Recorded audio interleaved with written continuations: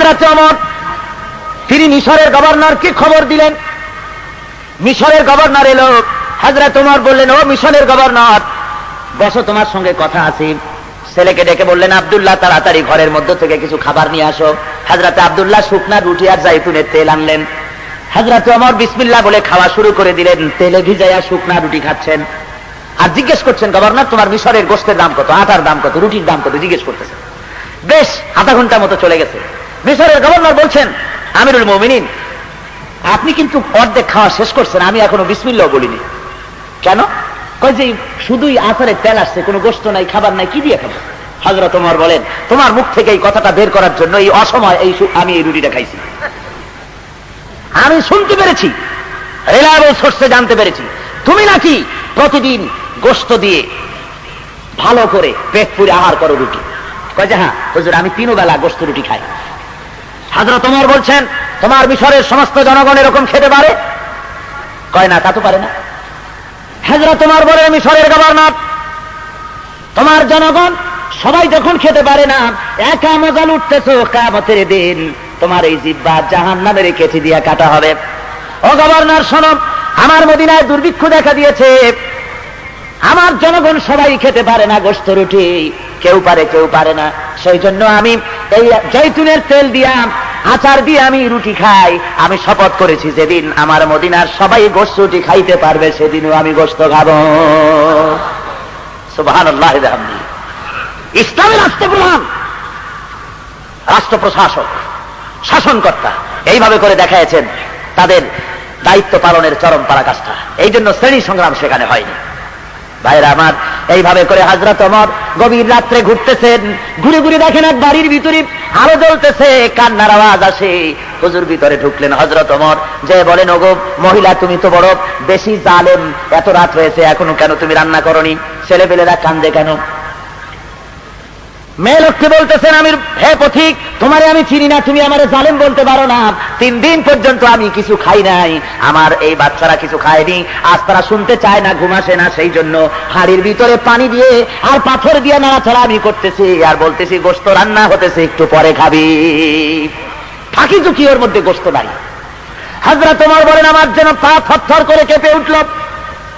এরা মদিনার লোক ছিল না, এরা ছিল বাইরের থেকে এসেছিল, তাবু গেড়ে এখানে রয়েছে, তারা মদিনায় বেড়াতে এসেছে, এসেই দুরবস্থায় পড়েছে। হযরত ওমর চলে গেলেন বাইতুল মালের কাছে, গিয়ে সেখানে তিনি আসলামকে ডেকে বললেন, আসলাম রে, শিগগির করে একটা বস্তা আনো, আটা ঢুকাও, তরি তরকারি ঢুকাও, বস্তার মুখ বন্ধ করো। বস্তার মুখ বন্ধ করা হলো। এবার ওই বস্তা ধরে হযরত ওমর বলেন, আসলাম বস্তাটা আমার মাথার উপরে উঠায় দেই। আসলাম বলেন, হুজুর বস্তা বহনকারী খাদেম তো আমি আছি, আপনি কেন মাথায় নেবেন? হযরত ওমর বলেন, না, এ বোঝা তোমার মাথায় দিব না, আমার বোঝা আমার মাথায় উঠায় দাও। যেহেতু আমি যে দৃশ্য দেখে এসেছি, আমার দেশের মধ্যে মানুষ না খায় রয়েছে, কিয়ামতের দিন আল্লাহর দরবারে আমার আসামি হওয়া লাগবে। আমার বোঝা আমার মাথায় উঠায় দাও। আর তার বোঝা মাথায় দিয়া আমিরুল মুমিনিন ছুটতেছেন, দৌড়াতেছেন, বুড়ির তাবু পর্যন্ত গিয়া তার বস্তা নামাইলেন, বের করে বলেন, মা রুটি বানাও তাড়াতাড়ি করে। হযরত ওমর নিজে তরকারি করতে লাগলেন, রান্না হয়ে গেল। ছোট্ট ছোট্ট বাচ্চাগুলি আমিরুল মুমিনিন নিজের কোলের উপরে বসাইয়া রুটি ছিঁড়া তরকারি মাখাইয়া খাওয়াইতেছেন আর বলছেন, মা তুমিও খাও। মহিলা দেখতে পাচ্ছি, হযরত ওমরের চোখ থেকে পানি পড়তেছি। মেয়ে লোকটি হযরত ওমরের দিকে তাকায় বলেন, ও আগন্তুক ব্যক্তি, আমি তো তোমাকে চিনি না, তোমার কোনো পরিচয় জানি না, তবে আমার মন বলে হযরত ওমরের মতো মানুষ খলিফা না হইয়া তোমার মতো মানুষ যদি খলিফা হতো, আমাদের ভাগ্য সুপ্রসন্ন হয়ে যেত। হযরত ওমর গভীর রাত্রে নিজের পরিচয় দিলেন না, বললেন, ও মা, তুমি খলিফার দরবারে কাল যাইও, সেখানে তুমি আমারে পাবে, তোমারে বেশি কিছু দেওয়ার ব্যবস্থা হয়ে যাবে। মহিলাটি পরের দিন চলে গেল, যায় দেখেন খলিফার দরবারে, যায় দেখেন যিনি বসে আছেন তিনি তো হযরত ওমর, রাত্রিবেলায় উনি তো গিয়েছিলেন। বুড়ি এসে বলেন, আমিরুল মুমিনিন, আমি আর বুঝিনি, আপনার পরিচয় পাই নাই, রাতের বেলায় বস্তা মাথায় নিয়ে তরকারি কুটি, যে কষ্ট আপনি করেছেন আমারে আল্লাহর রাস্তে মাফ করে দেন। হযরত ওমর বিনীত ভাবে বলে, ওগো মা, তুমি আমার কাছে উল্টা মাফ চাইও না, আমি খাত্তাবের পুত্র ওমর তোমার কাছে মাফ চাই, আল্লাহর রাস্তে আমারে মাফ করে দিও। বিগত 3 দিন তোমার তাবুতে গিয়া খোঁজ দিয়ে তোমার খানা যে আমি দিয়ে আসতে পারি নাই, এই জন্য তুমি কিয়ামতের দিন আল্লাহর দরবারে আমারে আসামি বানাইও না। ও যুবক মুসলমান, কোন ক্যালমাস, কোন লেনিন সারাতে জীবনে এমন একটা আদর্শ সেট করতে পেরেছে? তোমার শরীরের মাথা থেকে পা পর্যন্ত কি মুসলমানের রক্ত না? তুমি তো মুসলিম সন্তান। কিসের ক্যালমাস, কিসের লেনিন? ওদের বুকে লাথি মেরে ফিরে আয় মুসলমান মদিনায়, আল্লাহ রাসূলের কাছে ফিরে আয়।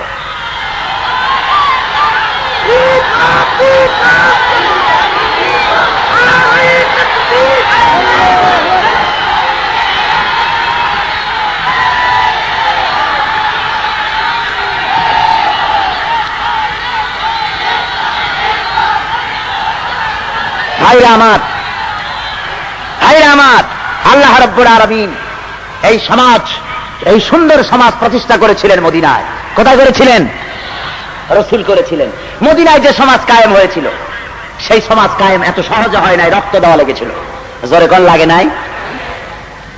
ভাইরা আমার, রক্ত দেওয়া লেগেছে সেই জমিনে। আজ যদি আমরা আল্লাহর দেওয়া বিধান কায়েম করতে পারি, আমাদের তো কোনো জিনিসের অভাব নাই। মহান আল্লাহ রাব্বুল আলামিন এই বাংলার জমিনে আমাদের সব দান করেছেন, কোন জিনিসের অভাব নাই। জোরে বলেন আলহামদুলিল্লাহ, জোরে বলেন আলহামদুলিল্লাহ। কেন আমরা 6 মাস অন্তর আর কমিউনিজম করতে যাব? কি দুঃখে আল্লাহ আমাদের জমিন দিয়েছেন। জোরে কোন আলহামদুলিল্লাহ। এমন সুন্দর একটা জমিন পেয়েছেন। আমি পৃথিবীর বহুত দেশ ঘুরেছি, আমার মাতৃভূমি স্বাধীন সার্বভৌম বাংলাদেশের মতো এত সুন্দর জমিন আর কোথাও আমি দেখিনি। আমি পৃথিবীর মধ্যে সবচাইতে বেশি মহব্বত করি মক্কা মুআজ্জামা, মদিনা মুনাওয়ারা, যেহেতু সেখানে আল্লাহর নবীর জন্ম হয়েছে, আল্লাহর নবী শুয়ে আছেন এই পবিত্র ভূমি হিসাবে। আর জন্মস্থান হিসেবে পৃথিবীর মধ্যে সবচাইতে বেশি মর্যাদা সম্পন্ন জমিন মনে করি আমার জন্মভূমি বাংলাদেশকে। এত সুন্দর জমিন আল্লাহ দান করেছেন। জোরে বলেন আলহামদুলিল্লাহ। মহান আল্লাহ রাব্বুল আলামিন বলেন, দুনিয়ার মানুষ ভালো করে শুনে নাও, খাবারের অভাব তোমাদের হবে না, খেতে ভর্তি তোমরা পাবে। একটা আমল তোমাদের করা লাগবে, সেটা হলো এই ওয়ালামু আন্না আহলাল কুরআন আমানু ওয়াত্তাকাউ লাফাতাহনা আলাইহিম বারাকাতিম মিনাস সামাই ওয়াল আরদ। আসমান জনপদের লোকেরা, দেশের লোকেরা যদি আমি আল্লাহর উপর ঈমান আনে আর আমাকে ভয় করার নীতি অবলম্বন করে যদি চলে, আল্লাহ বলেন আকাশ ও জমিনের বরকতের দরজা সব খুলে দেব। জোরে বলেন সুবহানাল্লাহ। আকাশের জমিনের বরকতের সব দরজা আমি আল্লাহ খুলে দেব। এমনিতেই দেখেন, আপনারা তো কন নাই নেই, আসলে অনেক কিছু আছে আমাদের। আমাদের বিরাট কৃষি সম্পদ আছে, আমাদের বিরাট জমিন আছে। আবাদযোগ্য জমির পরিমাণ প্রায় 2,40,00,000 একর বাংলাদেশে। জোরে বলেন আলহামদুলিল্লাহ। এর মধ্যে চাষকৃত জমির পরিমাণ প্রায় 2,20,00,000 একরের মতো বিরাট জমিন আল্লাহ দান করেছে। এরপরে দিয়েছেন বিরাট বনজ সম্পদ। বাংলাদেশে মোট 32,53,860 একর জুড়ে আছে বিরাট জাতীয় বন সম্পদ। জোরে বলেন আলহামদুলিল্লাহ। কি বিরাট বন সম্পদ আমাদের আছে। সব চোরাচালান হচ্ছে, অননুমোদিত উপায় পাইকারি দরে গাছ কাটা হচ্ছে। গাছ আল্লাহর নিয়ামত, গাছ আল্লাহর কি নিয়ামত। আগে মুরব্বীদের দেখছি, বাপ দাদা বাপ তাদের দেখেছি, গাছ একটা কাটতো তো আরো গাছটা লাগাইও তারপরে কাটতো, ঠিক কিনা কন? আর এখন অভ্যাসই হয়ে গেছে, উলট পালট করে দেবা, লুচে পুজো খাই, জনমের মতো গাছ কাটিয়ে শেষ করে ফেলাইছে। গাছ লাগানো ইবাদত, সওয়াব। জোরে বলেন আলহামদুলিল্লাহ। একটা কাটবেন তো 6টা লাগান। এই গাছগুলি আল্লাহ তৈরি করেছেন, বাগান বানিয়েছেন, নিয়ামত দিয়েছেন। গভর্নমেন্ট পাহারা দেওয়ার জন্য সেখানে গার্ড রেখেছে, কিন্তু গাছরা খেতে নিজেই এখন খাওয়া আরম্ভ করছে। বেগুন ক্ষেত হেফাজতের জন্য বেড়া দেওয়া হয়েছে, এখন বেড়ায় নিজেই বেগুন খায়। যেসব গাছ রাখা হয়েছে পাইকারি দরে ঘুষ খাইতেছে, বলেন ঠিক কিনা? জনমের মতো ঘুষ খায়। বাংলাদেশে ঘুষ আছে নাকি? জনগণ আছে? না না, ঘুষ নাই, সব বকশিস হয়ে গেছে। কয় বকশিস। মুসলমান ওই বাগানগুলি আল্লাহ রাব্বুল আলামিন নিজেও গার্ডের ব্যবস্থা করেছেন। আল্লাহ যদি গার্ডের ব্যবস্থা না করতেন তাহলে সমস্ত বাগান উজাড় হয়ে যাইতো। আল্লাহ গার্ড দিয়েছেন। আল্লাহর গার্ড আছে না? আছে কিনা? কি গার্ড? Royal Bengal tiger. দেখছেন আল্লাহর অফিসার, আল্লাহর forest officer, royal Bengal tiger. ঘুষ খায় নাকি? জঙ্গলের অবৈধভাবে কাঠ কাটতে গেছেন, হরিণ শিকার করতে গেছেন, পড়ে গেছেন রয়্যাল বেঙ্গলের সামনে। যদি যাই এখন যে 10 লক্ষ টাকা দেওয়া হবে, বিদেশি ভদকা সেগুলি দেওয়া হবে, তারপরে আরো কিছু যদি চান দেওয়া হবে, শুনবে? জোরে বলেন, শুনবে? শুনবে না। ঘুষ টুস ওখানে চলে না। চোখ যেভাবে তাকাবে আপনার দিকে, বাঘ দেখছেন কখনো? জীবিত বাঘ, খাসার মধ্যে বাঘ দেখা, ওগুলো তো বাঘ না, বিড়ালের মতো, না খাইয়া সর্বনাশ হয়ে গেছে। জীবিত বাঘ সুন্দরবনের ভেতরে, যদি একবার চোখের দিকে চোখ পড়ে, কলজার পানি শেষ হয়ে যাবে এক চোখে। বাঘে তো জীবিত মানুষ খায় না, মরা মানুষ খায়, মানে ওরে দেখলেই রুহ উড়ে যায়, এমনই ছবি আল্লাহ বানাইছে। এক থাপ্পড় মারবে তো আপনার মতো দর্শনের কল্লা উড়ে গিয়ে পড়বে আর এক জায়গায়। আল্লাহর এই বিরাট বিরাট বাঘগুলি রয়েছে, বড় বড় হাতি আছে, দেখছেন কি শক্তি! ওই হাতির পিঠের উপরে সলিমুদ্দিনে বসে। সলিমুদ্দি কইছে এই জন্য যে হাতির তুলনায় মানুষ কত ছোট, এতটুক মানুষ, আর হাতিটা বিরাট বড়ি, ওর মাথার উপরে বসে ঠ্যাঙের উপরে ঠ্যাং ফেলাইয়া ঠ্যাং না সলিমুদ্দি। তারপরে আবার লাঠির মাথায় একটা পিন লাগাইয়া ওইটা দিয়ে মাথার উপরে এরকম গুঁতা দেয়। হাতি কানে একটু আর চোখে তাকায় আর মনে মনে ভাবে, আশরাফুল মখলুকাত, তোরে আল্লাহ সৃষ্টির সেরা বানাইছে, তাই তুই আমার পিঠে বসে আমারে পিটাস, নইলে পরে তোর মতো 15-20টা মাথা এক জায়গায় করিয়া চাপ দেওয়া লাগে না, শুধু পাও খান থবো আর বেলের মতো ফট করে একটা আওয়াজ হবে। আল্লাহ রাব্বুল আলামিন সব মানুষকে দান করেছেন। নাফরমানেরা পাইকারি দরে বন উজাড় করে গাছ লাগায় না, বেশি করে গাছ লাগাও, নিয়ামত। ভাইরা আমার, শুধু তাই নয়, এরপরে আছে নদী সম্পদ। বাংলাদেশে ছোট বড় প্রায় 250টি নদী আছে, যার দৈর্ঘ্য 3200 বর্গ মাইল। আল্লাহর মেহেরবানি, পানি কম নাই, যথেষ্ট পানি ছিল, কিন্তু ফারাক্কার জ্বালায় পানি টানি শুকাইয়া সব একেবারে উত্তরবঙ্গের 8টি জেলা মরুভূমি হতে চলেছে, আরো মরুভূমি হয়ে যাবে। তোমরা তো মুনাফিক, আল্লাহ পানি দিবেন কেন? পানি দিছিলেন মুনাফিকির কারণে, রক্ষা করতে পারোনি। ভারতের কি ক্ষমতা তোমার দিকে চোখ রাঙিয়ে তাকায়? তুমি তো মুসলমান, ও তো সেই ভারত যেখানে আমার পূর্বপুরুষ সুলতান মাহমুদ 18 বার আক্রমণ করে ভারতকে কাঁপিয়ে দিয়েছে। সেই মুসলমান না তোমরা? সেই মুসলমান যে তোমরা, সে কথা বলার সাহসও তোমাদের নাই, হারিয়ে ফেলেছ হিম্মত। যদি ঈমান থাকতো, মুনাফিক না হতে, ওরা পানি বন্ধ করতে পারে? আমি তাই বলেছিলাম ঢাকাতে, কারবালার ময়দানে ফোরাতের কূলে ইয়াজিদ বাহিনী ইমাম হোসাইনকে একা পেয়েছিল, তাই সম্ভব ছিল পানি বন্ধ করে দেওয়া। কিন্তু আজকে ইমাম হোসাইনের গোষ্ঠী একটা, আজকে ইমাম হোসাইন একজন নয়, বরং আজকের কক্সবাজারের টেকনাফ থেকে শুরু করে ওদিকের দিনাজপুরের তেতুলিয়া পর্যন্ত 9.5 কোটি ইমাম হোসাইন যে দেশে বাস করে, কাফেররা পানি বন্ধ করতে পারে না যদি তোমরা মুমিন হতে। আজকে মুসলমানদের ঈমান বরবাদ হতে চলেছে, মুনাফিকি এসেছে, সেই জন্যই দুরবস্থা হয়েছে। আল্লাহ রাব্বুল আলামিন পানি দান করেছিলেন, বিরাট পানি সম্পদ আমাদের রয়েছে। এরপরে রয়েছে মৎস্য সম্পদ, লক্ষ লক্ষ টন মাছ আল্লাহ আমাদের দান করতেছে। তারপরে রয়েছে গ্যাস সম্পদ, যার মানব না, যারা বলেন মানা হবে, যে কোনো মূল্যে বাংলাদেশের জমিনের উপরে দিন আমরা প্রতিষ্ঠা করব। সরওয়ারে কায়নাত যা করেছেন আমাদের তা করতে হবে অবশ্যই। নারীদের উপরে যে বেইজ্জতি আজ হচ্ছে, এ বেইজ্জতি সম্পর্কে আল্লাহ রাব্বুল আলামিন বলেন, ইজ্জত তো আমি দিয়েছি। বন্ধুগণ, আপনাদের কষ্ট হচ্ছে নাকি? আমি খুব তাড়াতাড়ি শেষ করব। ভাইরা আমার, আল্লাহ রাব্বুল আলামিন কোরআন শরীফের মধ্যে বলতেছেন নারীদের ব্যাপারে, ওয়া মিন আয়াতিহি আন খালাকা লাকুম মিন আনফুসিকুম আজওয়াজান লিতাসকুনু ইলাইহা ওয়া জাআলা বাইনাকুম মাওয়াদ্দাতান ওয়া রাহমা। আল্লাহ রাব্বুল আলামিন বলেন, আমার নিদর্শনাবলীর ভিতরে এটাও একটি নিদর্শন যে আমি তোমাদেরকে স্বামী স্ত্রীর জোড়া জোড়া বানাইছি এবং একের প্রতি অপরের ভালোবাসা সৃষ্টি করেছি, মহব্বত দিয়ে দিয়েছি। নারীর প্রতি সদ্ব্যবহার করার জন্য কোরআন শরীফ বলেছে, নারীর উপরে অত্যাচার করতে পারবে না, ভালো ব্যবহার করবে। আল্লাহ বলেন, ওয়ালাহুন্না মিসলুল্লাযী আলাইহিন্না বিল মারুফ। সদ্ব্যবহার পাওয়ার ওই পরিমাণ অধিকার নারীদেরও আছে যতটুকুন সদ্ব্যবহার তুমি তোমার স্ত্রীর কাছে পাইতে আশা করো, সে তোমার সমান অধিকার। তার সাথে তুমি স্বামী হয়ে গেছে বলে লাট সাহেব হয়ে যাওনি, তার সঙ্গে মহাব্বত, ভালোবাসা এবং তার সমান অধিকার তোমাকে আদায় করতে হবে। স্ত্রীদের সঙ্গে সদ্ব্যবহারের জন্য আল্লাহ রাব্বুল আলামিন কোরআন শরীফে বলেন, হুন্না লিবাসুন লাকুম ওয়া আনতুম লিবাসুন লাহুন্না। মহান আল্লাহ রাব্বুল আলামিন বলেন, তোমাদের জন্য তোমাদের স্ত্রীরা তোমাদের পোশাক স্বরূপ, তোমরা পরস্পরের পরিচ্ছদ স্বরূপ। স্ত্রী মানে কাপড়ের বস্ত্রের সঙ্গে পোশাকের সঙ্গে শরীরের যে সম্পর্ক, অঙ্গাঙ্গি ভাবে একের সাথে অপর, অমনি ভাবে নারী এবং পুরুষ একের সাথে অপরের স্বামী স্ত্রীর মিল মহব্বত থাকবে। ভাইরা আমার, আল্লাহ রাব্বুল আলামিন আরো বলেন, ওয়া আশিরুহুন্না বিল মারুফ। স্ত্রীদের সাথে সদ্ব্যবহার করো। তালাকের ব্যাপারে যদি বনিবনা না হয়, ইসলাম তালাকের একটা সিস্টেম রেখেছে। এটা ইসলামের একটি নিয়ামত। জোরে বলেন আলহামদুলিল্লাহ।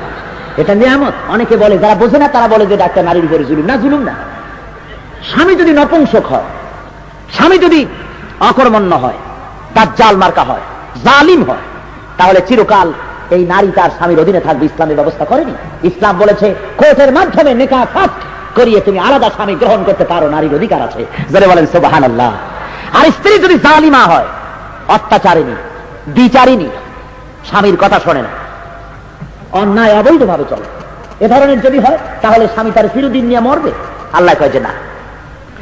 এমন অবস্থা যদি হয়, ফামসাকুহুন্না বিমারুফিন আও ফারিকুহুন্না। আল্লাহ রাব্বুল আলামিন বলেন, হয় উত্তম ভাবে নিজেদের কাছে রাখো, অথবা ন্যায় নীতির সাথে পৃথক করে দাও।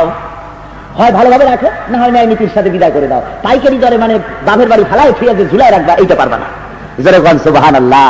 আর তালাকের ব্যাপারে তালাক দিতে হবে যদি তালাক দেওয়ার প্রয়োজন হয়, তাও শরীয়ত সম্মত ভাবে। নারীরা এই সমস্ত জানে না, সেই জন্য নারীরা তারা বুঝতে পারে না। প্রগতিবাদী এক শ্রেণীর কমিউনিস্টরা নারীদেরকে ব্যবহার করতেছে যে ইসলাম তোমাদেরকে পর্দা নামক অবরোধের মধ্যে ঢুকা। পর্দা কোনো অবরোধের নাম নয়।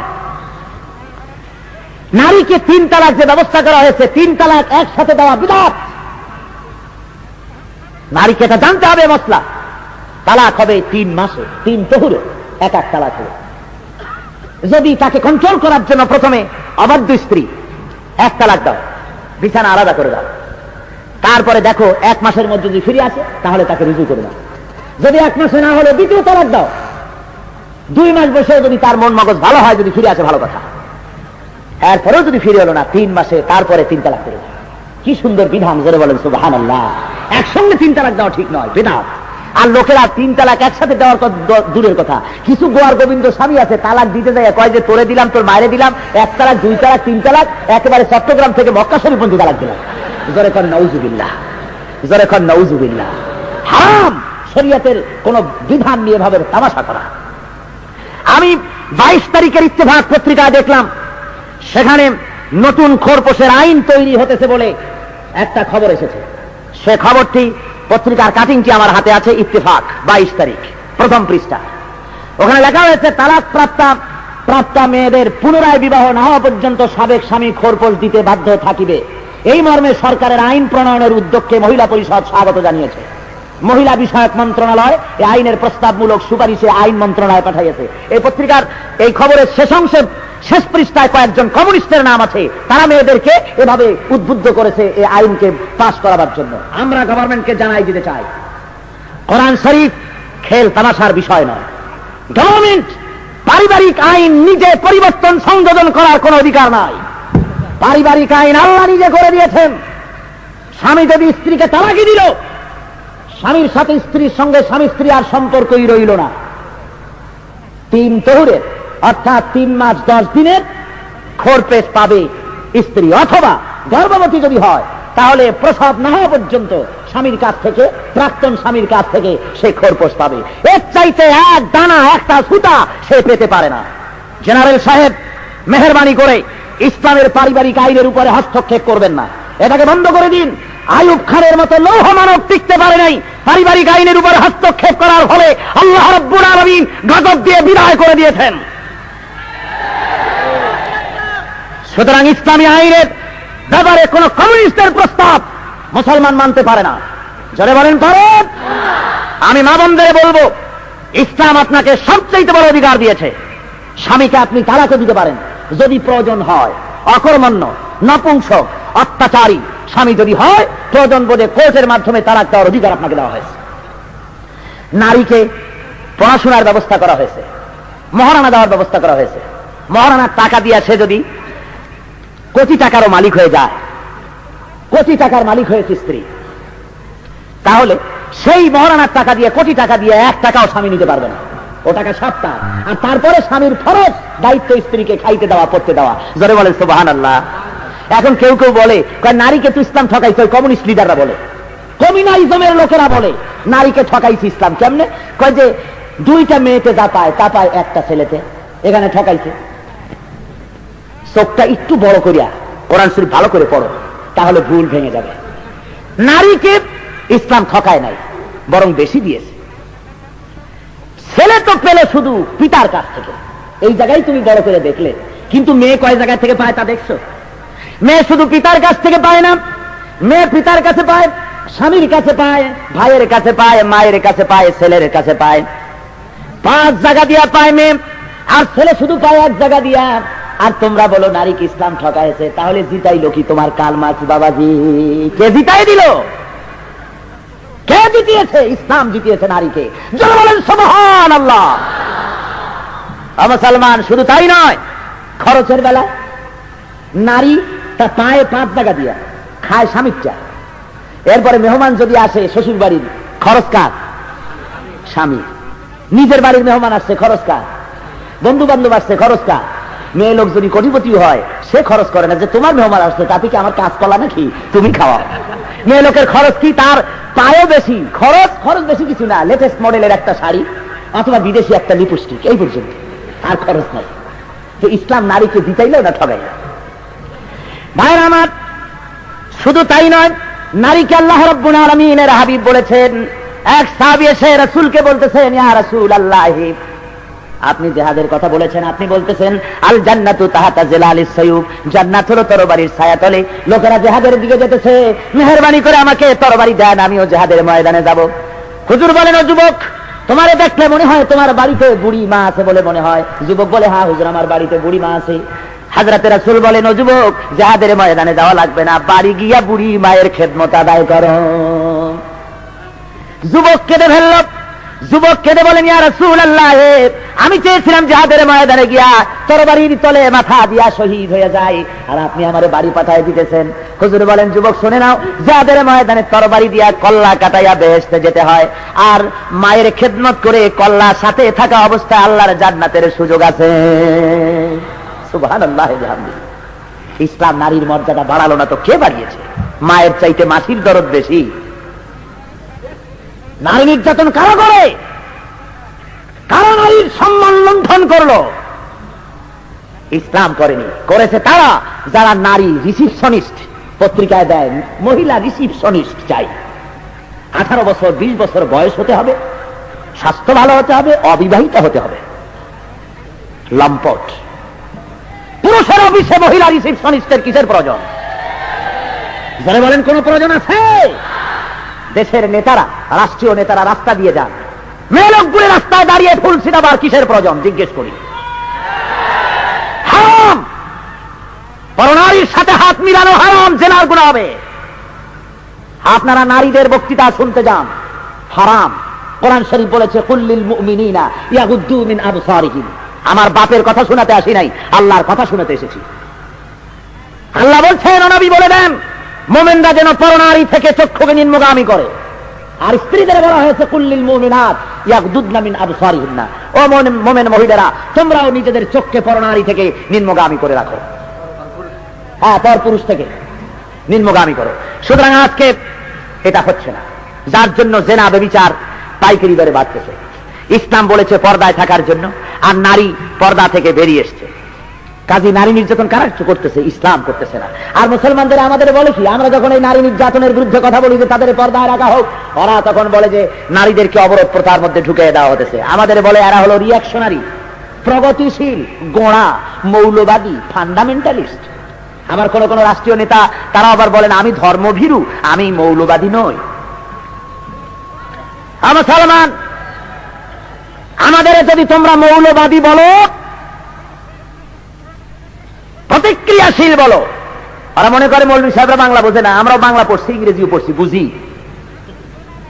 দাঁত পিছে পিছে গাল যায়, রিয়াকশনারি, প্রতিক্রিয়াশীল।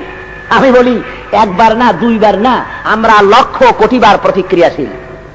আমরা মৌলবাদী, আমরা গোড়া, একবার দুবার না, কোটিবার। কারণ মৌলবাদী, মৌল শব্দ এসেছে মূল থেকে। মৌল শব্দ কোথেকে এসেছে? মূল থেকে। আমরা গোড়ায় আছি, মূল ধরে আছি। মূল কি? মূল হলো আল্লাহ রসুল। মূল কি? আল্লাহ এবং আল্লাহ রসুল। মূল হলো কোরআন আর হাদিস। তা আমরা গোড়া ধরে আছি, মূল ধরে আছি। আমরা যদি গোড়াবাদী হই, আমরা যদি মূলবাদী হই, তোমরা তো তাহলে আগাবাদী। ডালে ডালে বেড়াও, নিত্য নতুন ফুলের মধু খাইয়ে বেড়াও, ঠিক কিনা? তোমরা আমাদের বলেছো প্রতিক্রিয়াশীল। নিশ্চয়ই লক্ষবার কোটিবার আমরা প্রতিক্রিয়াশীল। ক্রিয়া থাকলেই তো প্রতিক্রিয়া হয়, অ্যাকশন থাকলেই রিয়াকশন হয়। আমাদের ভিতরে আছে ইমানের ক্রিয়া। কি আছে বেরকম? ইমানের অ্যাকশন আছে। তাই ব্লু ফিল্ম, অশ্লীল ছবি, অশ্লীল ম্যাগাজিন দেখলে প্রতিক্রিয়া হয়। জেনা, ব্যভিচার দেখলে ক্রিয়া আছে বলে প্রতিক্রিয়া হয়। সেই অর্থে আমরা প্রতিক্রিয়াশীল। আর তোমাদের ইমানের ক্রিয়াও নাই, প্রতিক্রিয়াও নাই। তোমরা তো বেহেস, অর্থাৎ প্যারালাইজড হয়ে গিয়েছে। তোমরা ইমানও নাই। ইমান না থাকলে প্রতিক্রিয়া হবে কেন? হইতে পারে? জোরে গণ, জোরে বলেন, হতে পারে? পারে। সুতরাং মেয়েদেরকে আজ ইসলাম তাকে চাকরির সুযোগ দিয়েছে। মেয়েরা চাকরি করতে পারবে, মেয়েরা নামাজ পড়তে পারবে, জামাতে নামাজ পড়তে পারবে, ঈদের নামাজ পড়তে পারবে, জুমায় মসজিদে যেতে পারবে। ইসলাম অধিকার দিয়েছে। জোরে বলেন সুবহানাল্লাহ। এক শ্রেণীর তথাকথিত মৌলবী যারা বলেন তাফসীরের মাহফিলে মেয়ে লোকদেরকেও ডাকা হইতেছে, এটা তাদের কাছে খুব নিন্দনীয় ব্যাপার। আর মেয়ে লোকেরা যখন সিনেমায় যায় তখন কিন্তু হুজুররা নীরব, নিথর।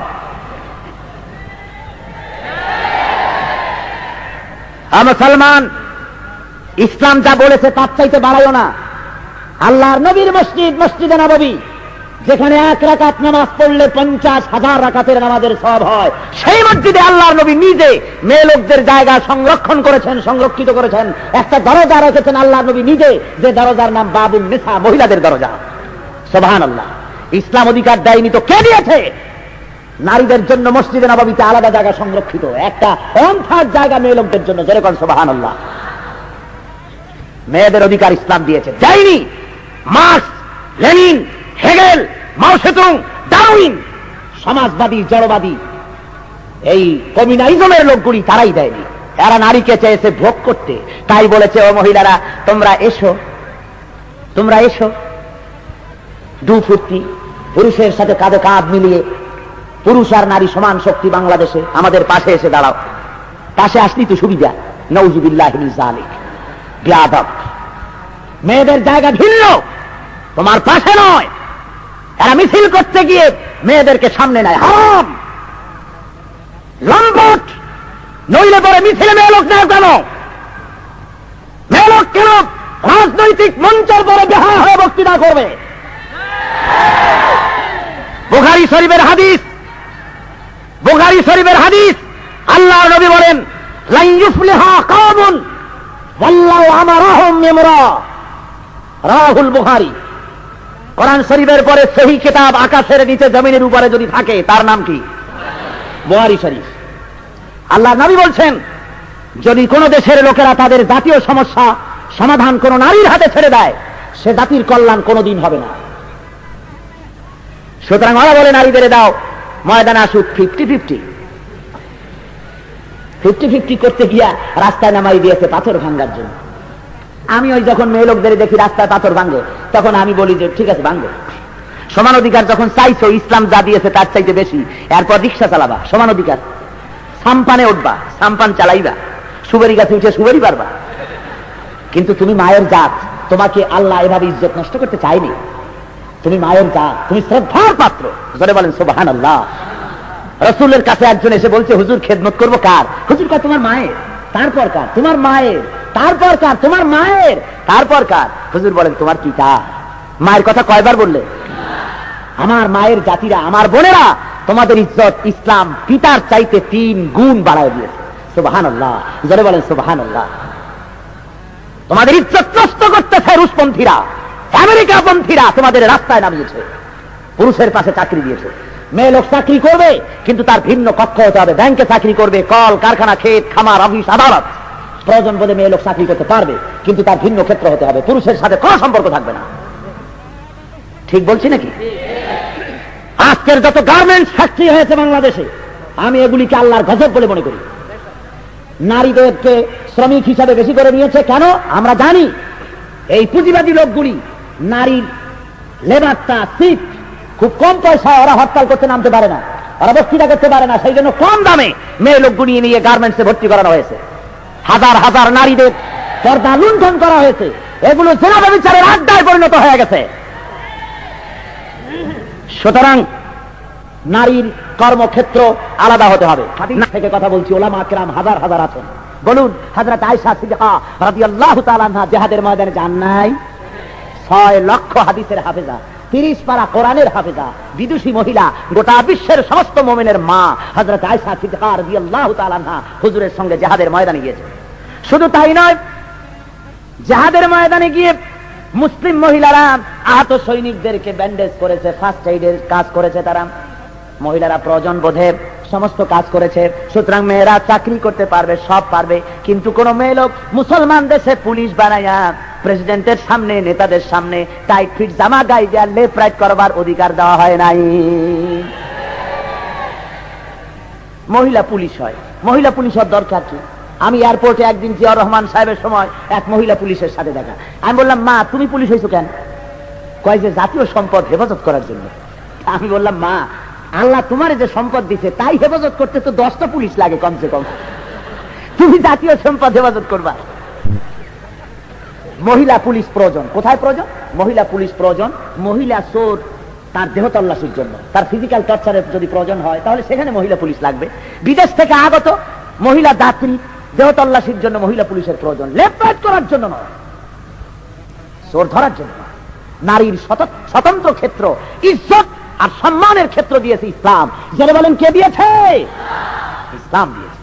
আমি তাই আমার মা বোনদের বলবো, আপনাদের অধিকার আপনারা আদায় করে নিন। কোন মিছিলে আপনারা যাবেন না, হারাম।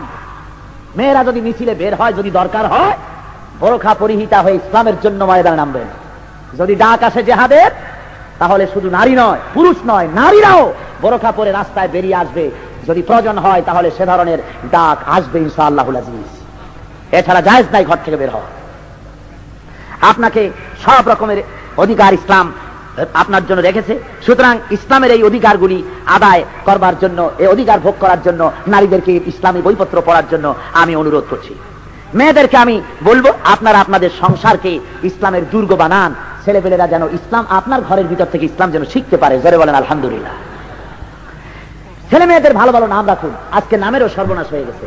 ছেলের নাম ছয় জিরো, ছেলের নাম নাট, তারপরে স্ক্রু ড্রাইভার, মানে ইংরেজি নাম যা পছন্দ আছে, মুখে যা আসে একটা খেয়ে থাকে। তারপরে মেয়ের নাম থয় আপেল, আঙ্গুর, বেদানা, নাচে না, পড়ে না, ওঠে না, যা খুশি।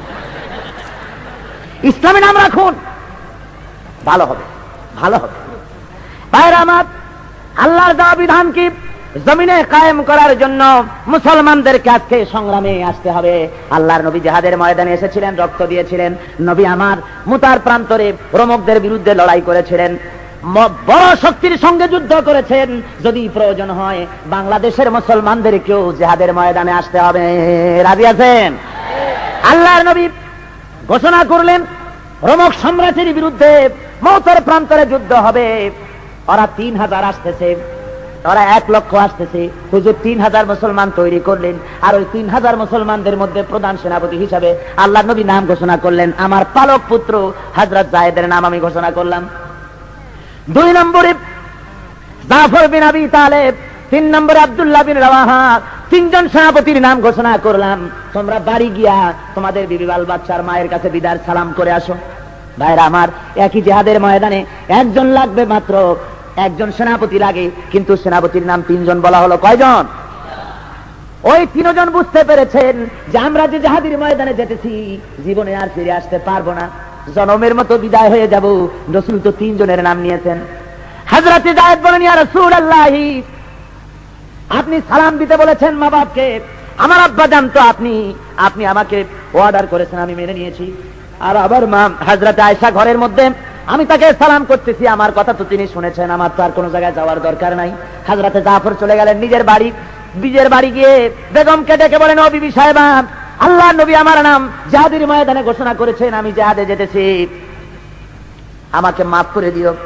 একসঙ্গে ঘর গৃহ বাস করেছি, তোমার কোন হক যদি নষ্ট করে থাকি আল্লাহর হস্তে আমারে মাফ করে দিও। বেগম কাঁদতেছেন আর বলছেন, ওগো প্রাণের স্বামী, জিহাদের ময়দানে চলে যান, আমি তো বাধা দিতে পারি না, আল্লাহর নবী অর্ডার দিয়েছেন, তবে আমি আল্লাহর কাছে ফরিয়াদ করব, রব্বুল আলামিন আমার স্বামীকে জিহাদের ময়দান থেকে গাজী বানাই আমার কাছে ফিরাইয়া দিও। হযরত জাফর রাদিয়াল্লাহু তাআলা আনহু তিনি তরবারি বের করে স্ত্রীর পিঠের উপরে মৃদু আঘাত করলেন, বললেন, বেগম উল্টা দোয়া করো না, তোমার এই দোয়া আল্লাহর দরবারে কবুল হবে না। যেহেতু আল্লাহর নবী আমার নাম 2 নম্বরে ঘোষণা করেছেন, নিঃসন্দেহে আমি শাহাদাত বরণ করব, কোনো সন্দেহ নাই বিবি, তোমার সঙ্গে জনমের মতো দেখা হয়ে গেল, আর দেখা হবে না। বেগম কান্দি, কচি কচি মাসুম বেগুনা বাচ্চারা আব্বা আব্বা বলে চিল্লাচ্ছেন, কাঁদতেছে। হযরতে জাফর পিছনের দিকে ফিরে তাকালেন না, বিবিকে সালাম দিয়ে মদিনার দিকে হুজুরের দিকে রওনা করেছেন। ওদিকে আব্দুল্লাহ বিন রাওয়াহা নিজের স্ত্রীর কাছে বিদায় দিতে যাচ্ছেন। এইটা ছিল তার বাসর সজ্জার রাত, ফুল সজ্জার রাত। স্ত্রীর কাছে চলে গেছেন, রুমের মধ্যে স্ত্রী কোরআন শরীফ তেলাওয়াত করতেছিলেন। হযরতে আব্দুল্লাহ বিন রাওয়াহা রুমের বাইরে থেকে ডেকে বলেন, বেগম সাহেবা, আমি তোমার স্বামী আব্দুল্লাহ বিন রাওয়াহা, আল্লাহর নবী আমাকে জিহাদের জন্য যেতে বলেছেন, আমি জিহাদের ময়দানে চললাম, আমি তোমার কাছে বিদায় সালাম দিতেছি, আমি তোমার কোনো হক আদায় করতে পারি নাই, আল্লাহর রাস্তায় তুমি আমারে মাফ করে দিও। বেগম ডাক দিয়া বলে, ওগো প্রাণের স্বামী, প্রাণ ভরে একটা নজর আপনাকে দেখতে পারলাম না, আপনিও আমাকে একবারও দেখতে পারেন নাই, মেহেরবানি করে রুমের ভিতরে আসেন, জনমের মতো আপনার চেহারাটা একবার দেখে নেই। নবী আমার আপনার নাম জিহাদের ময়দানে ঘোষণা করেছেন, আমি তো ফিরায় রাখতে পারবো না। হযরতে জাফর বলেন, আল্লাহর নবী সালাম দিতে বলেছেন তাই আসলাম, নইলে আসতাম না, আমি রুমের ভিতরে ঢুকলে পরে তোমার প্রতি আমার মায়া মহব্বত বেড়ে যেতে পারে। বেগম বলেন, ওগো স্বামী, আল্লাহর কসম, রুমের মধ্যে আসলে পরে আমি প্রেম নিবেদন করব না, শুধু চেহারাটা একবার দেখে রাখতে চাই। যদি আপনার চেহারাটা একবার দেখে রাখতে পারি, কিয়ামতের ময়দানে এই উদ্দেশ্য দেখব, যাতে করে কিয়ামতের দিন হাসরের ময়দানে আল্লাহর দরবারে আপনাকে যেন আমি স্বামী হিসাবে চিনে নিতে পারি। হযরতে আব্দুল্লাহ তিনি বলেন, ও বেগম, তার জন্য আমাকে দেখার দরকার নাই, তুমি যদি ধৈর্য ধারণ করো আর আমাকে যদি মাফ করে দাও, কিয়ামতের দিন যার জন্য জীবন দিতে গেলাম, ওই আল্লাহ রাব্বুল আলামিন হাসরের ময়দানে তোমাকে আমাকে স্বামী স্ত্রী হিসাবে আল্লাহ পরিচয় করাইয়া দিবেন। 3000 মুসলমান 1 লক্ষ কাফিরদের বিরুদ্ধে, রোমানদের বিরুদ্ধে মৌতের প্রান্তরে লড়াইতে লেগে গেলেন। হযরতে যায়েদ অনেকগুলি কাফের নিধন করে শাহাদাত বরণ করলেন। হযরতে জাফর এবার ইসলামের ঝান্ডা নিয়ে অগ্রসর হতেছেন। কাফির বেঈমানেরা ঘেরাও করে ফেলে দিয়েছে, হযরত জাফরের ডান হাতে কোপ দিয়েছে, হাতটা ঝুলে পড়েছে। এবার হযরতে জাফর বাম হাতে তরফ তুলে ধরেছেন ঝান্ডা, বাম হাতে কোপ পড়েছে। কর্তৃত ঝুলন্ত হাত দিয়ে ঝান্ডা বুকের সাথে জড়ায় ধরে হযরতে জাফর পাশের সাহাবীকে ডেকে বলে, ওগো আল্লাহর নবীর সাহাবী, নবীজিকে সালাম বলে দিও, আর বলে দিও জীবনের শেষ মুহূর্ত পর্যন্ত ইসলামের পতাকা কামড়ায় ধরে উঁচু করে রেখেছিলাম, আল্লাহ নবীকে জানায় দিও। আমার মনে হয়, ও নবীর সাহাবী শুনে নাও, আমার মনে হয় আমি শহীদ হয়ে যাব, যেহেতু আমি এখন আমার নাকির ভিতরে আল্লাহর জান্নাতের সুঘ্রাণ পেতেছি। ভাইরা আমার, হযরতে জাফর শহীদ হয়ে গেলেন।